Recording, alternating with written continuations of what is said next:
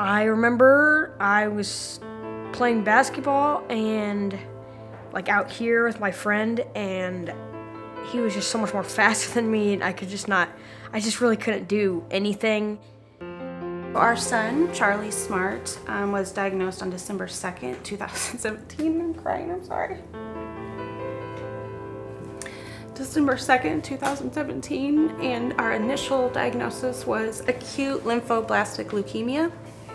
And the day that we left Riley for our first day, Dr. Rogg and Dr. Krupp came over and said that they've never seen this before. And so his diagnosis at that point turned into high-risk ALL T-cell with a subgroup of CML, which is chronic myeloid leukemia. And I remember Dr. Krupp says we need to get him to transplant as soon as possible. And Joe and I just look at each other like, okay. I'm thinking, like, what organ are we transplanting? Yeah. Like, I've never even heard of stem cell bone. Like, I didn't even know. And so, and then Dr. Krupp talked us through all of that, and it did not sink in at all that night, but then said that we all would go and get tested.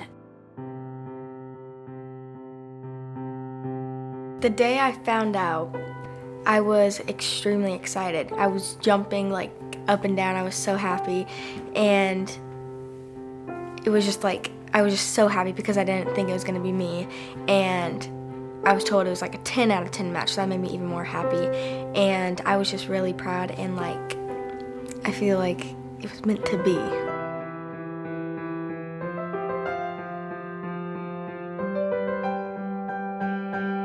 Happy cell day to you. Happy cell day to you.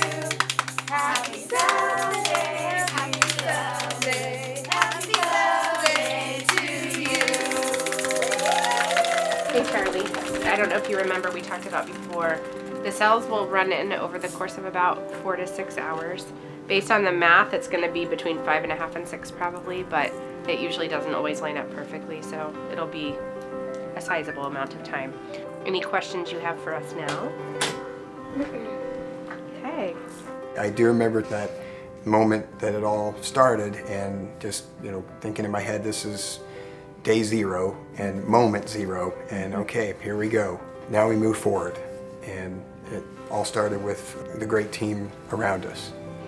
All these kids up here, what you see them endure every day, every hour, and they let you give them 20 pills a day to take that's going to make them sick so they can beat the cancer.